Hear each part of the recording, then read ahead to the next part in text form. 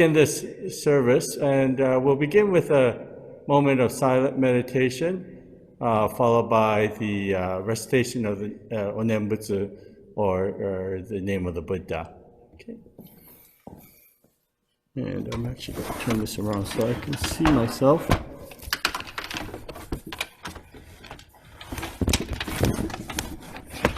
Oops. Oh, now you see Genevieve. I'm just turning my camera around. There we go. Okay.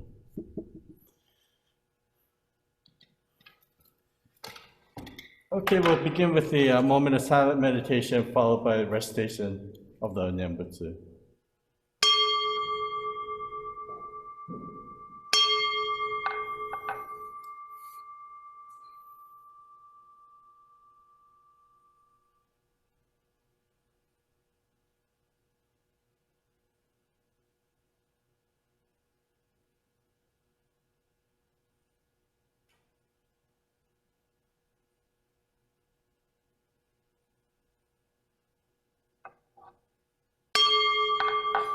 Namo Nobs, Namo Nobs, Namo Nobs, Namo Nobs, Namo Nobs.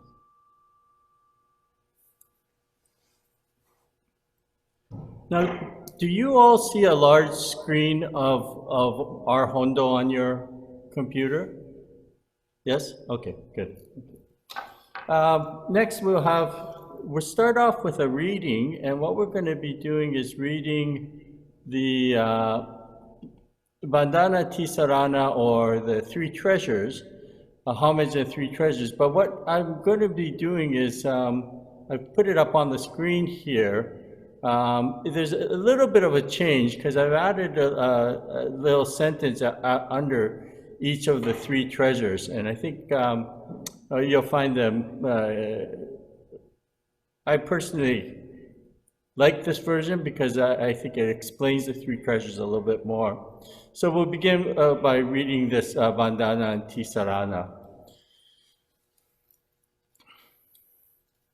Hard is it to be born into human life.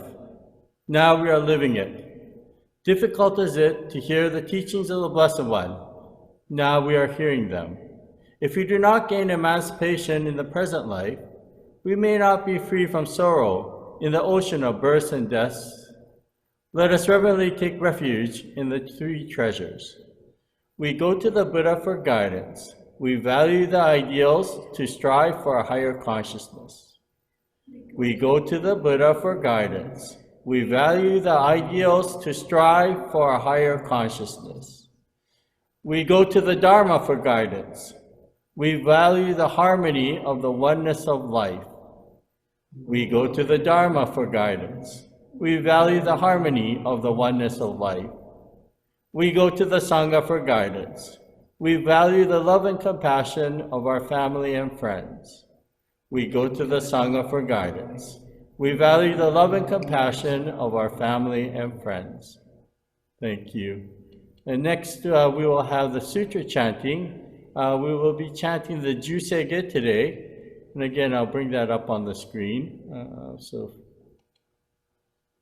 If you have it, you could chant along using whatever device you have, but otherwise you could follow the screen as well.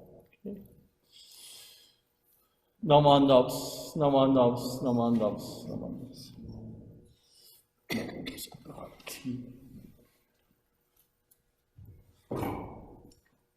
Grab my seat.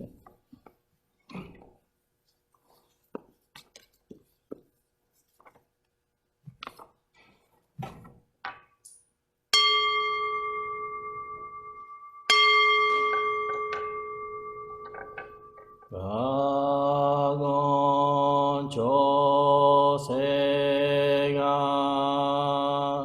Ishima Jodo Shiga Manzo Sevu Joshoga Yao Muryoko Hui Dai Se 是菩萨小兵세부조쇼가 가시조부드노 묘쇼조지모 극교미쇼모 세부조쇼가 리역진쇼네 조에 시문교 지금은 조도 이쇼대니시 진리기엔 나이고 의쇼무사이노 쇼조상금요 고사이시야그나 가이지에게 메시고모아 해석을 쇼와그도 즈다드덴시모 고서조만족 이여러지모 니가 드시주기 텐건북에 이주가요소 보세그덕호 조다이슈주 세보시시그 그여이 사이버스 그서그시덕그옹 간내시드조마 덕의상하여 녀부드무겠지 스다드미후쇼 강하그에릭 도시사이쇼서 시간야고가 다이세모간도 고그쇼테니 도우지명게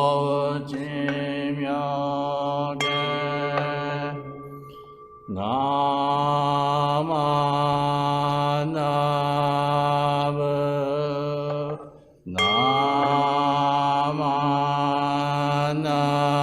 나마나부 나마나부 나마나부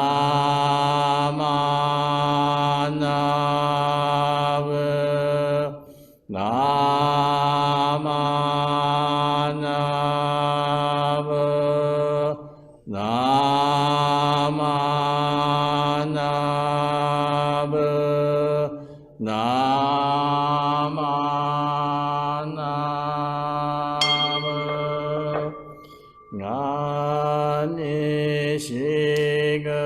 간이시그노그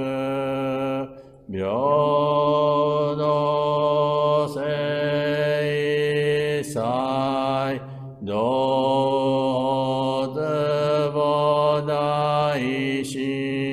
오조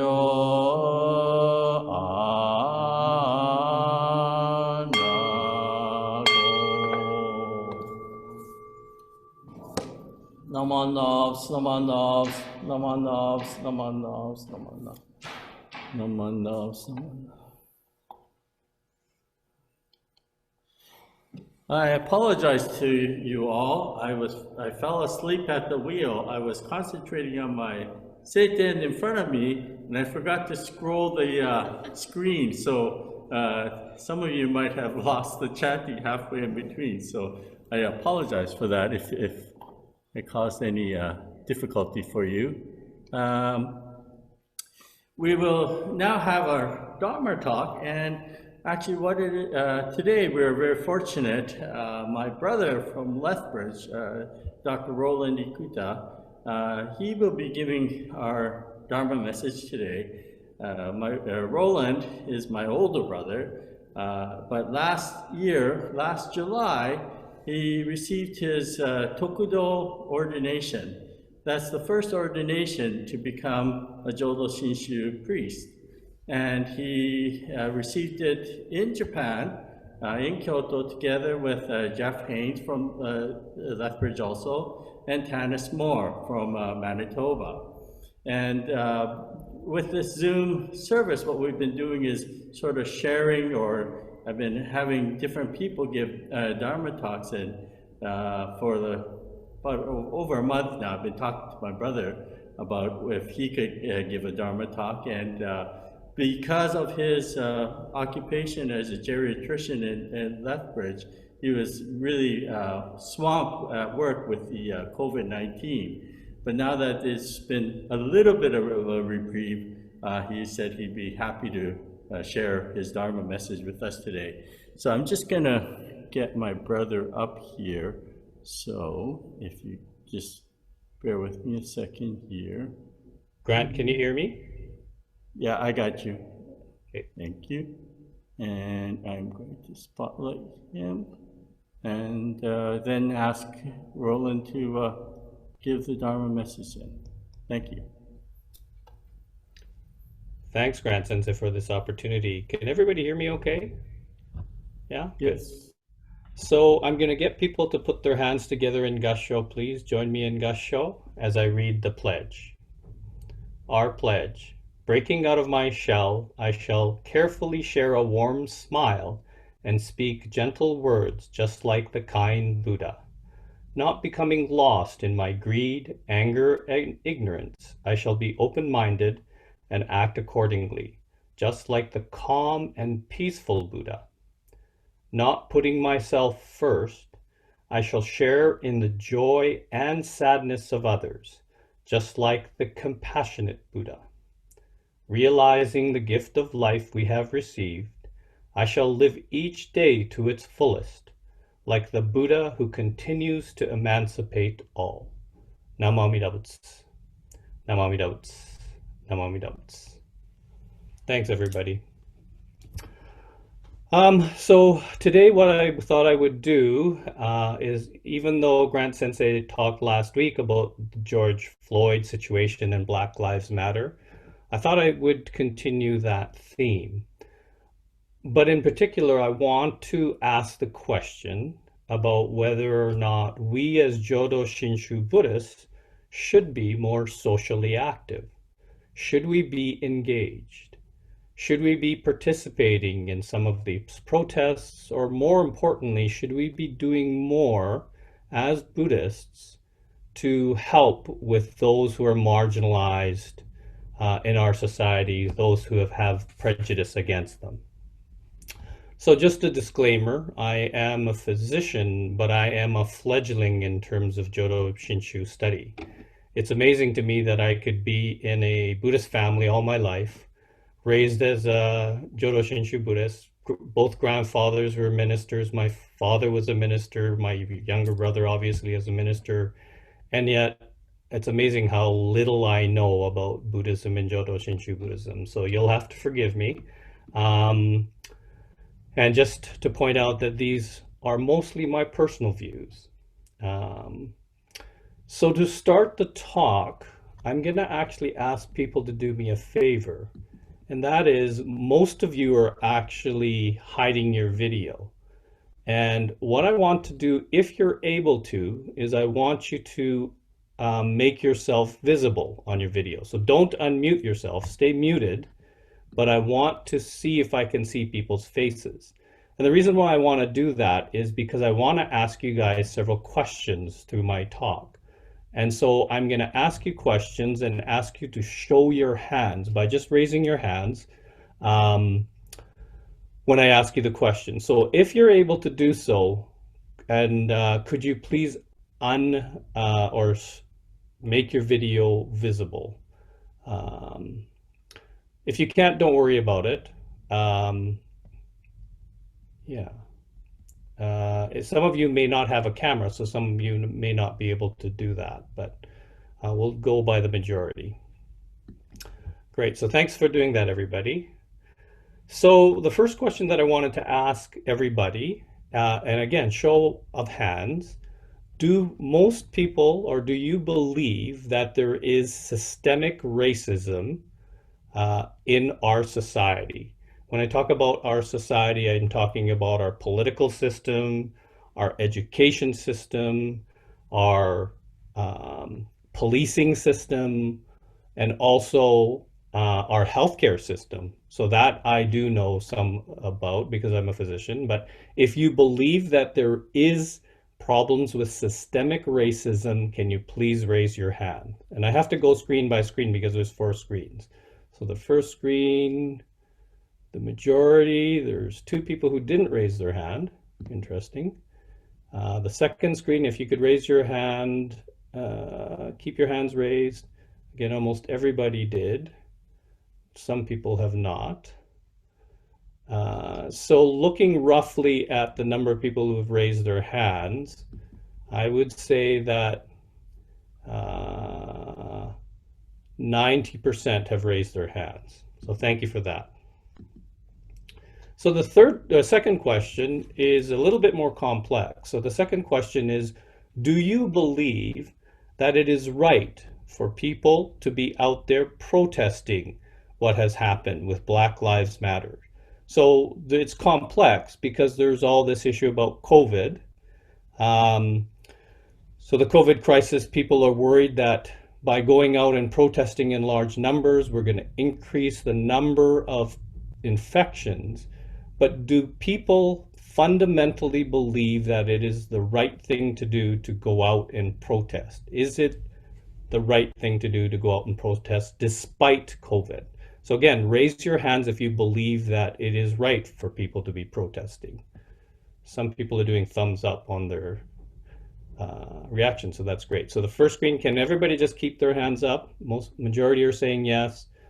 3 people on the second screen say no, but everybody says yes. Third screen, sorry, keep your hands up, everybody. Okay, and then the last screen. Okay, so again, about 80% of the people who I could see had their hands up, so that they believe that this is something that we should be doing, or if it's a fundamental right to be able to do this. So then my next question for everybody is, how many people have actually gone out and joined a protest in the last 2 to 3 weeks? So how many people have physically gone out, despite the risks with COVID, and joined a protest rally or march? I think the majority of cities have actually had protest rallies. So if you have, can you raise your hand? So on the first screen, there's 1 person. On the second screen, there is 1 person, my daughter. On the third screen, there's no one. And on the fourth screen, there's no one in terms of people I can see. So that's very interesting. Of course, that's very complex because people are worried about COVID and the risk of COVID and all that. And some of the protests have turned quite violent, so there may be some worry about that as well. I know that Tanis Tanis is a fellow Tokudo person. Tanis is waving. Grant, Tanis, can you unmute yourself? Because I want Tanis to talk just a couple of sentences about what it was like to join the very large protest rally in Winnipeg. Tanis, go ahead. Okay, well, they estimate there was 20 to 22,000 people attending, and our city is less than 800,000 people. And there's a big part of, aside from the Black population in Winnipeg, we have a population of 11% First Nations people, which is basically the largest in Canada. And so there was an interest from that side too. It was totally peaceful. I was really worried about social distancing, so I was way at the back and I really didn't hear any speeches. I clapped when people clapped, but that was about the extent of it. But I do know the speeches were basically saying that people need to take action, continue to take action, whether that's writing to their government or talking to their counselors, or however, whatever form they see that in. They did suggest that people self-isolate for 2 weeks after. I've been going out shopping and wearing a mask wherever I go. So trying to keep solo. But yeah, it was very successful. And as I say, very peaceful. It went on and on and on and on. Aside from also, there were many cars driving around honking horns. Tanis is an interesting situation because her condo or apartment is actually right across from the legislature ground. So thanks, Tanis, for that. So You're welcome. said that she heard the protest continuing on past 10:30 that evening. Is that That's right? right, yeah. Yeah, great. Next thing I'm going to do is I'm going to share a screen, if that's okay. And I'm going to show you some pictures of another person who's Tokudo, fellow Tokudo person. Can people see my screen? Good. Okay, so on the next screen is some pictures. The tall fellow on the very far left of your screen is a fellow by the name of Todd Sujiya. Todd went through Tokudo with me. He's a retired dentist, actually, and he lives in Minneapolis. So he's an assistant minister in Minneapolis. And he's quite involved in the interfaith community. Particularly, there's an interfaith group of Buddhists, various sects of Buddhism that meet, and they decided that as a group that they needed to go out to a protest rally. So this is their picture of the Buddhist ministers, various, not just Jodo Shinshu, but various other ministers. Of course, Minneapolis is where George Floyd died. And so this is the spontaneous memorial they gathered at for George Floyd, one of the protest rallies. And then this is the spot where he was unfortunately killed. And again, the spontaneous memorial that's there. And this is him, his picture of the group. So estimates where there was over 15,000 people at that rally, a very large rally. These are happening daily in Minneapolis. He tells us very, very many stories about some of the concerns, but also some of the positive things that are coming out of these rallies. Okay, so that's it. So I'm going to stop sharing. So he clearly was at a rally. In fact, he actually helped organize the Buddhist response to the rally. So I really commend him for doing that. So again, I'm going to go back to the group view. And the next question I want to ask people is, how many people believe that as Jodo Shinshu Buddhists, or Buddhists in general, that we are, for the most part, not racist? That there is not a problem with systemic racism or problems with discrimination amongst our group or with the Jodo Shinshu followers. So if you believe that Jodo Shinshu Buddhists are, for the most part, pretty good, not racist, that we do not harbor systemic racism, can you please put up your hand? So if you believe that we are not racist, put up your hand. So it's about 60% in the first page. So again, keep your hands up if you believe that we are not racist. And about 50% in that one. So the third screen, about 50%, a little less than 50%. And the last screen, okay, the majority actually in the last screen said we are. So I want to point out just a couple of things that I think that it is really, really important for us to reflect ourselves about our own views and our own racism. So I'm just going to point out a couple of things.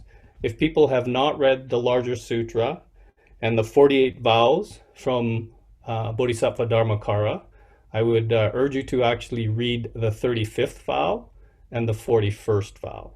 Now do so, but then talk to your minister about it. So the 48 vows, of course, from Dharmakara are the 48 vows espousing, and we believe in the 18th vow being the primal vow. But the 35th vow specifically talks about women in Buddhism. and talks about the fact that women will not be born into the Pure Land, or they will have to be reborn as males first. And not only that, most of the interpretations read that the 35th vow says that women will need to denounce their womanhood in order to be born into the Pure Land. So that's the 35th vow.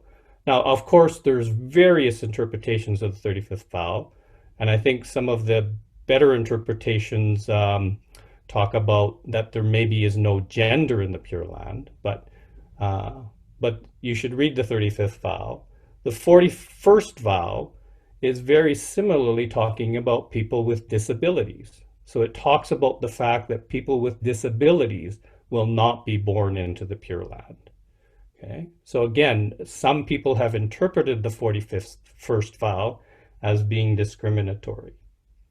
More recent information about Jodo Shinshu Buddhists, people should read the treatment of the Burakumin, which is the untouchable segment in Japan, and how the Jodo Shinshu, particularly Honganji organizations, both Nishi and Higaji Honganji, have actually had pretty systematized discrimination against the untouchable family or groups in Japan. And it's really just in the last 20 years or so that there has been attempts to reconcile these discriminations. So there has been actually evidence of more systemic racism or social injustice, even with the Jodo Shinshu sect. So it's important for us to recognize that we are not without guilt. I'm just going to talk very briefly about a family that I know of, to bring it to more contemporary times. So as people know, the Buddhist Temple Southern Alberta is an amalgamated temple of 6 different temples. And when we amalgamated 10 years ago, there was about 10% of the population from other temples, the amalgamated temples, that did not join. So one of the things that we did was we went and asked those people, well, why didn't you join the temple?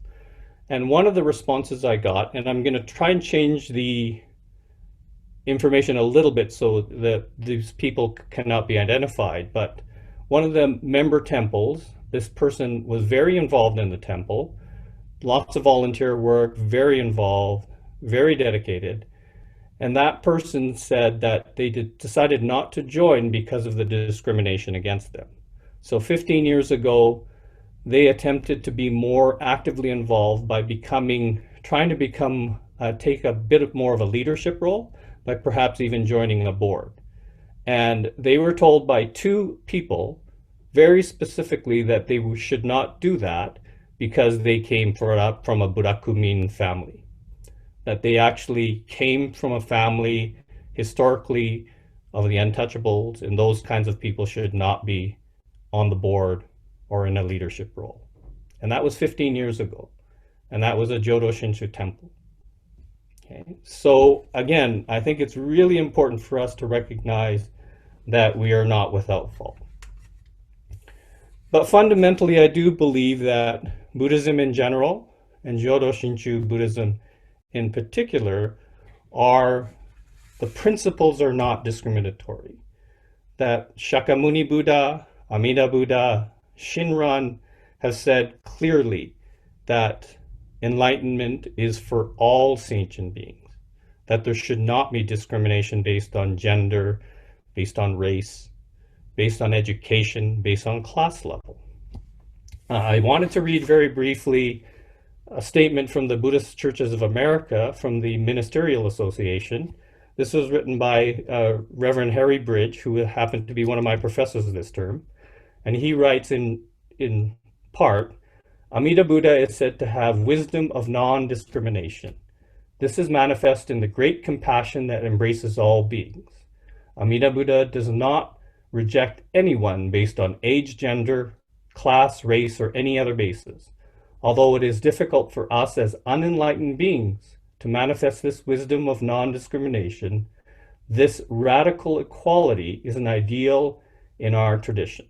Although it is difficult for us as foolish beings to manifest all embracing great compassion, This kindness and caring is our model to strive for.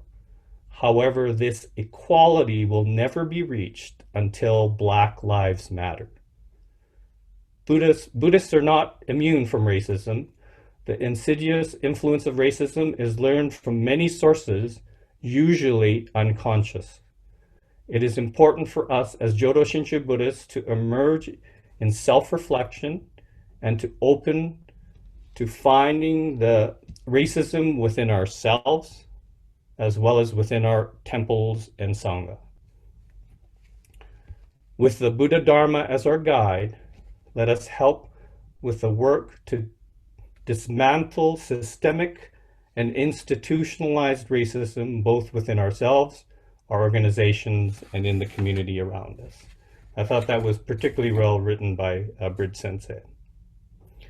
So fundamentally, in the end, I believe that Jodo Shinshu Buddhism really reflects or tries to teach us about three things. One is self-reflection, that we need to look at ourselves first and foremost. We need to understand our own biases, and by doing so, we become more humble and we're able to be more, have more humility. The second principle I think that is critical in Buddhism, Jodo Shinshu, is gratefulness or gratitude. Gratitude for the primal vow in Amida Buddha, but gratitude also for the causes and conditions that allow us to live our life as we currently live. And the third component is compassion. So obviously I'm talking about the compassion of Amida Buddha towards us, but I also think that it's critically important for us to have compassion to others. Even though our efforts may be faulty because of our Bombu nature, I do think that we need to make a stand, be more active in terms of trying to help others. So when I talked about the first question, which is, do we believe that we should be more active? If I look at things myself, I believe that yes, I do need to be more self-reflective. And yes, I do believe myself that I should try to do more. I'm going to share the screen one more time. And let me just see. Can everybody see my screen? So I do have a couple of reading resources for people. If people want to read a very short article, there's 10 Steps to Non-Optical Allyship, written by Muriel C. Harper. She's an assistant writer or editor of Square Peg Books. She wrote a really good Instagram article on how to be allies for the Black Lives Matter movement. Not just to put up a Facebook page saying Black Lives Matter, or not just even to go to protest march, but what we can do to be true allies. Another book that I have not read fully, I've started to read it, but have heard from this gentleman on numerous occasions, is by Ibram X. Kendi. Ibram X. Kendi is a professor of African American Studies. He received his PhD from Temple University in the United States. He's a professor of African American Studies at the America University, which is in Washington, D.C. It's a private university, but he is now the head of the Boston University Anti-Racist Research Group. And so his book is How to Be an Anti-Racist. It's really well written as well. If you want to read something that's a little bit more hopeful, this is a really good book. Thanks to my wife Brenda for pointing it out to me. It's called Humankind. It talks about racism, but it talks about the fact that fundamentally, Rutger Bregman believes that people are actually kind, that people do not want to be racist. That if you look at history about what has happened with major disasters in the past, like Katrina, if you look at 90% of the actions that were taken during these various difficult times, including COVID, they have been very altruistic and very thoughtful and helpful and kind towards other human beings. The next book I'm going to show you, but it's out of print, so it's really hard to get copies of this. It's called Engaged Pure Land Buddhism. It's actually a series of essays. I believe it was actually written when Professor Alfred Bloom passed away. And it has a collection of essays about how to be more active as Jodo Shinshu Buddhists. Really good book. There is copies in our library at the BTSA, and I know Grant has a copy, so if you really want to read it, borrow it from Grant if you're in Vancouver or Steveston. And then the last book is one of my favorite. It's called Engaged Spiritual Life by Donald Rothberg. Just a warning, it's not specific to Jodo Shinshu Buddhism. It is general Buddhism, but it talks about how we can practice or participate in helping ourselves towards a more spiritual life, but then incorporate social ideas as well, how to help others. So those are just some reading resources for people, and I will unshare. So I'm going to end my talk with a quote. I tried to find the exact where this quote came from. It was actually written in a Tricycle magazine article by Duncan Williams. I think several people have actually heard Duncan talk. So he gave this speech at Fort Sills, which some of you may know was a internment camp in the US for Japanese Americans. And it is also where the Trump administration decided that they were going to house a whole bunch of immigrants and separate the children of those, illegal immigrants there. And so he was at a protest rally there. And this is his quote. "It is said that the Buddha, after emerging from his awakening under the Bodhi tree, distinguished himself from other enlightened beings by not dwelling in quiescence, demonstrating his unsurpassed and complete awakening by speaking up." So if I can have everybody join me in Gasho again. Thank you for listening to me. Namo Amidabutsu, Namo Amidabutsu, Namo Amidabutsu. And thanks, Grant Sensei, for giving me this opportunity. Sorry I went a little long. Thank you, Roland, for that.